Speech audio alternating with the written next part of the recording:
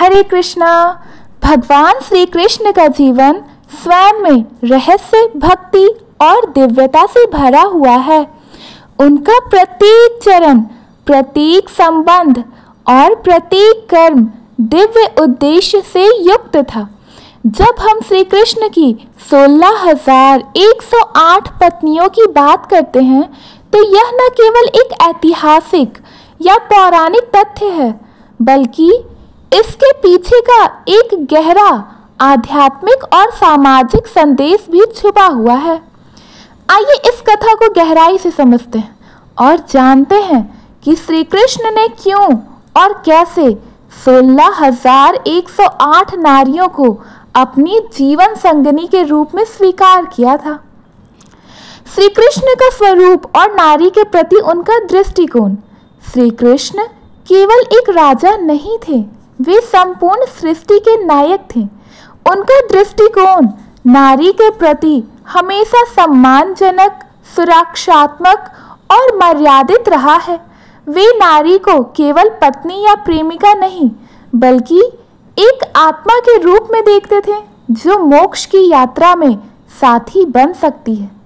यही कारण है कि रुक्मिणी से लेकर 16,108 नारियों तक हर एक स्त्री को उन्होंने सम्मान दिया। रुक्मिणी विदर्भ की राजकुमारी थी, श्री कृष्ण की पहली पत्नी बनी। उनका प्रेम पात्र रुक्मिणी स्वयं श्री कृष्ण को अपना जीवन साथी मान चुकी थी।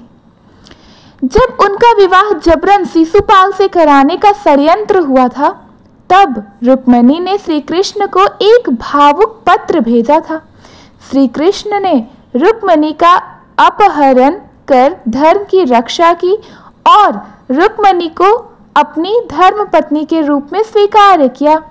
रुक्मिणी का विवाह एक आदर्श प्रेम विवाह का उदाहरण बन गया। सत्यभामा यदुवंश की सामर्थ्यशाली रानी थी। वह श्री कृष्ण की पत्नी के रूप में अत्यंत प्रभावशाली और तेजस्वी थी। उनका विवाह श्री कृष्ण से तब हुआ था जब उन्होंने नरकासुर का वध कर 16,000 कन्याओं को मुक्त किया था। सत्यभामा की भूमिका उस युद्ध में महत्वपूर्ण रही। यह विवाह शक्ति और भक्ति का मिलन था। जामवती विवाह। श्री कृष्ण ने जामवती से विवाह तब किया था जब उन्होंने समयंतक मणि के विवाद को सुलझाया था। यह विवाह ज्ञान, न्याय और सत्कर्म का परिचायक था। जामवंती रामायण युग के जामवंत की बेटी थी। नरकासुर का वध और 16,000 कन्याओं का उद्धार।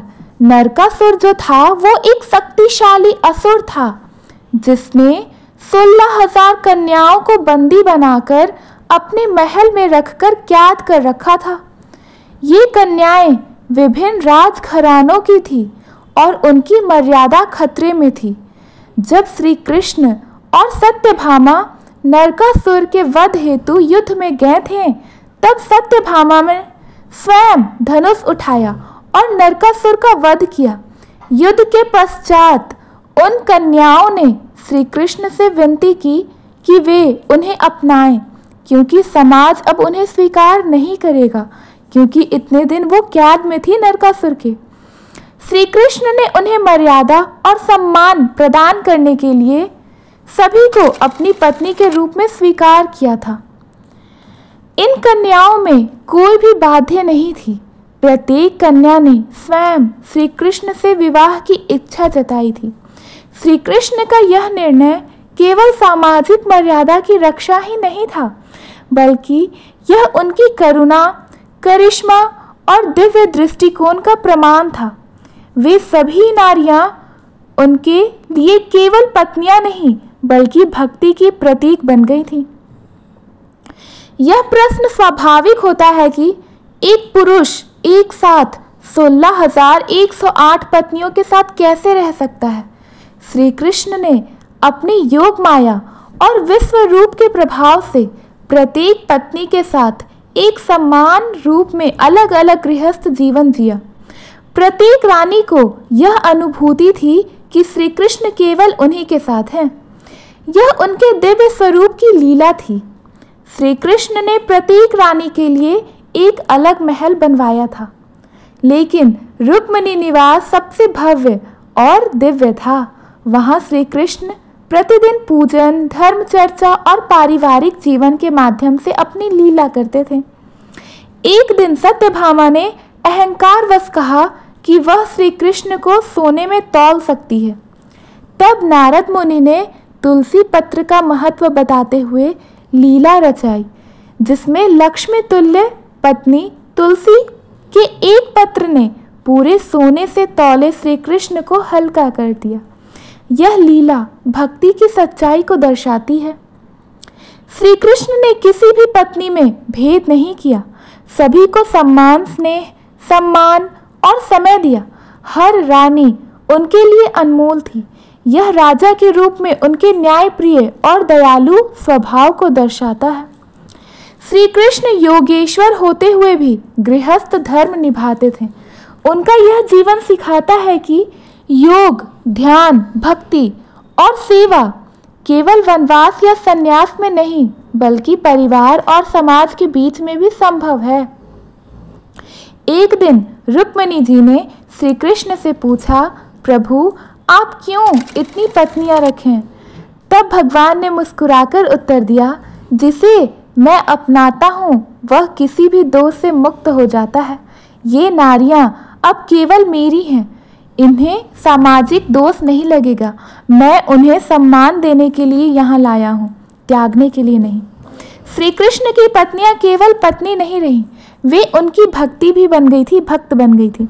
उन्होंने उपवास, जप, ध्यान, कथा श्रवण और सेवा के माध्यम से श्री कृष्ण की आराधना की और अपने जीवन को परमात्मा को समर्पित कर दिया।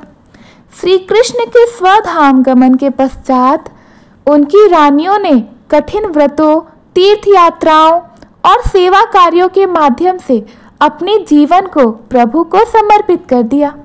कुछ ने आत्म बलिदान किया तो कुछ ने वृंदावन जाकर श्री कृष्ण की स्मृति में भजन सेवा को अपनाया। यह कथा केवल श्री कृष्ण की पत्नियों की संख्या नहीं है, बल्कि उनके जीवन में समर्पण, मर्यादा और भक्ति की शिक्षा देती है। भगवान श्री कृष्ण का हर संबंध एक शिक्षाप्रद अध्याय है, जो समाज को प्रेम, सेवा और सम्मान का पाठ पढ़ाता है। इसलिए अब से अगर कोई कहे कि भगवान श्री कृष्ण के 16,108 पत्नियां हैं, तो आप उन्हें यह उत्तर दें कि वे सभी 16,100 कन्याओं को भगवान श्री कृष्ण ने नरकासुर से बचाने के लिए, उन्हें सम्मान दिलवाने के लिए समाज में अपनाया था। धन्यवाद।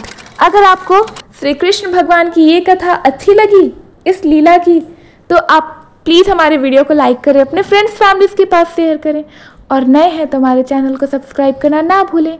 हरे कृष्णा, राधे राधे। हरे कृष्णा, राधे राधे।